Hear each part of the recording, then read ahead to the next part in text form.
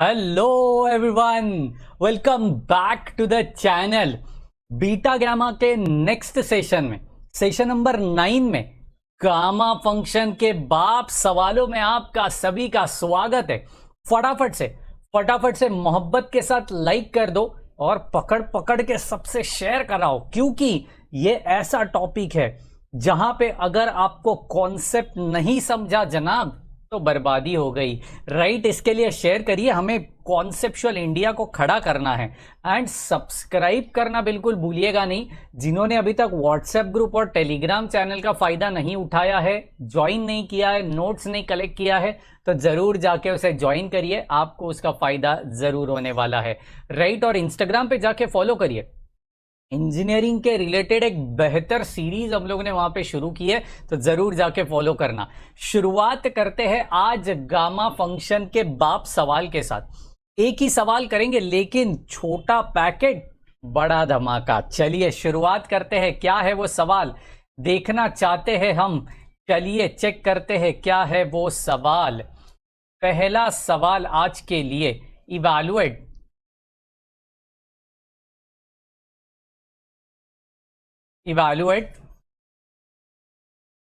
अच्छा, ये थोड़ी गलती हो गई। इवैल्यूएट क्वेश्चन किस तरीके का दिया, integration 0 to infinity cos of a x raise to 1 upon n, और यहां पे होगा dx। ओके, तो ये है एक्चुअल क्वेश्चन अपना। ठीक है, अभी आपको दिखने में ये क्वेश्चन बड़ा प्यारा दिखेगा बिकॉज ये बिल्कुल भी क्या है, छोटू सा क्वेश्चन है। देखने में, अरे कॉस का ही तो इंटीग्रेशन करना है, a x raise to 1 upon n. यहां पे दिक्कत है जनाब, x raise to 1 upon n उन्होंने कह दिया है। इसका मतलब क्या होता है पता है आपको? क्या होता है पता है?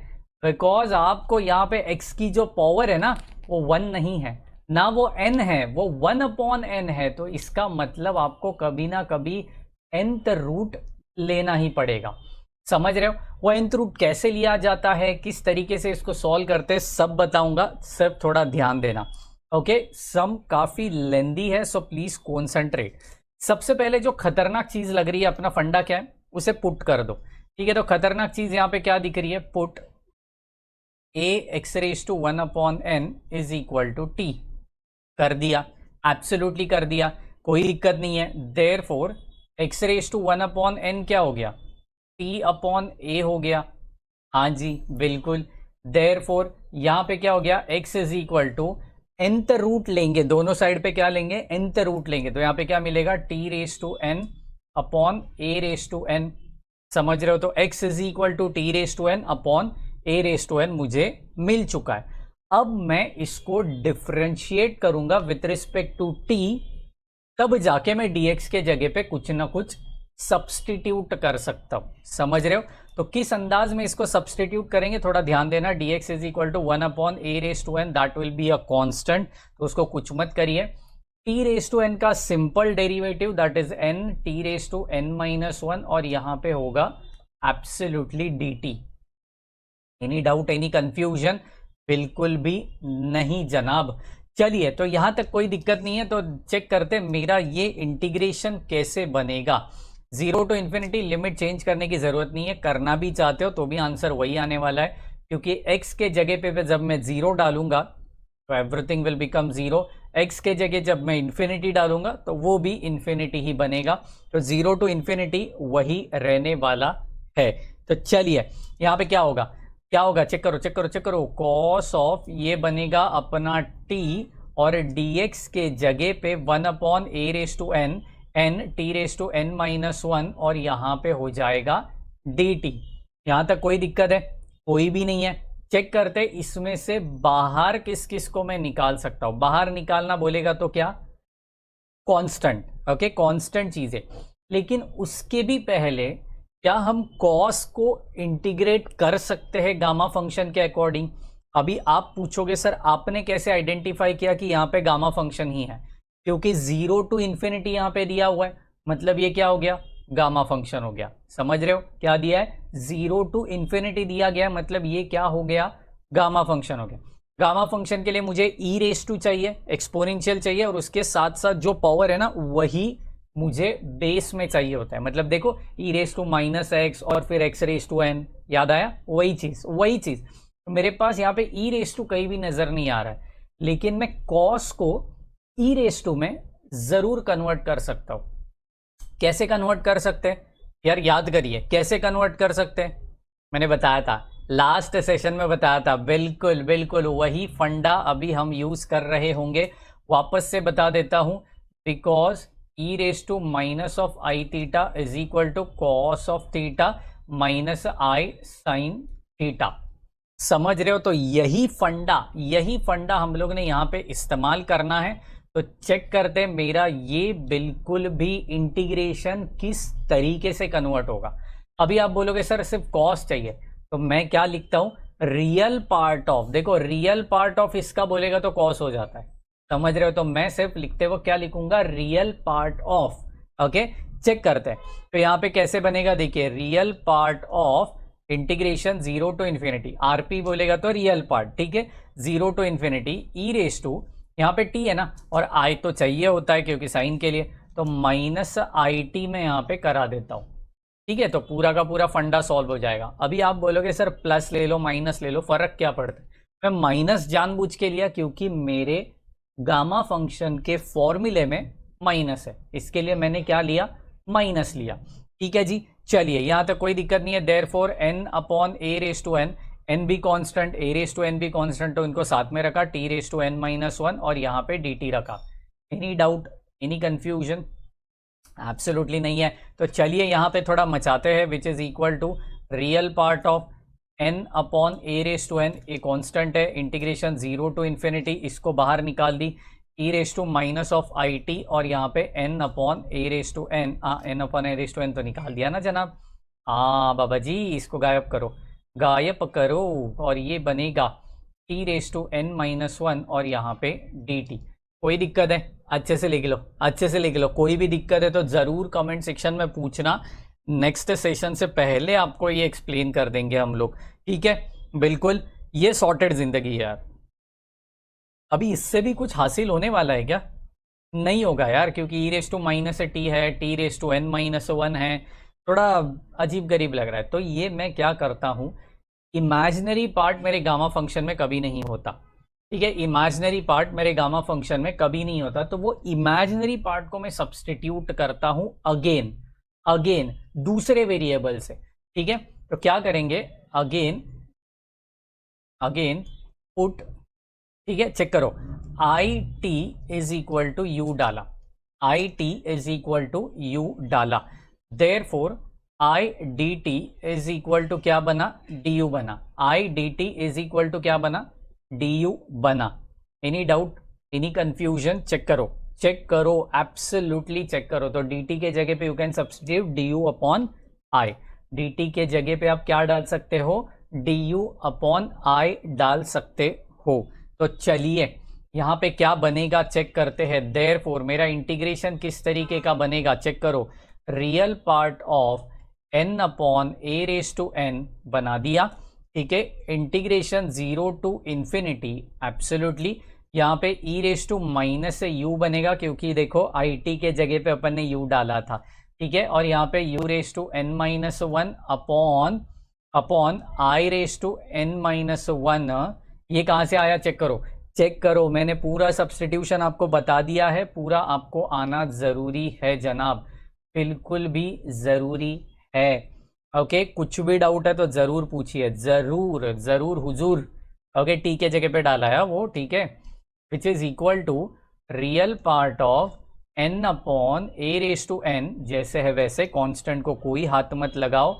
यहाँ पे भी देखो आई रेस टू माइनस वन है ना, ये देखो ये आई रेस टू माइनस वन बनेगा, और ये आई है, तो ये दोनों क्या हो जाएंगे, कट हो जाएंगे। तो यही तो चाहता हूं मैं, है ना, इनको कर दिया कट और मचा दिया फटफट। ओह क्या बात है, इनको कर दिया कट और मचा दिया फटफट। चलिए, तो यहाँ पे आई को निकाल दिया, तो बचा आई रेस टू एन अकेला, क्योंकि i raise to n minus one को मैंने लॉ ऑफ इंडाइसेस यूज कर दिया है। देखो मैं बता देता हूँ, ठीक है, तो कंफ्यूजन नहीं चाहिए। यहाँ पे I have written it as i raise to n minus one, which is equal to i raise to n into i raise to minus one. तो ये जो i रेस टू -1 और जो बाजू वाला i है उसको हमने क्या कर दिया, कट कर दिया है। एब्सोल्युटली फाइन है। तो चलिए 1 upon i raise to n मचा दिया यार यहाँ पे। तो integration 0 to infinity e raise to -u, check करो u रेस टू n-1 और यहाँ पे du। ओए होए होए, गामा का फॉर्मूला आ गया, ओए गामा का फॉर्मूला। क्योंकि ये u वाला सब्स्टिट्यूशन क्यों किया, बिकॉज जो t वाला था ना वो इमेजिनरी फॉर्मेट में था।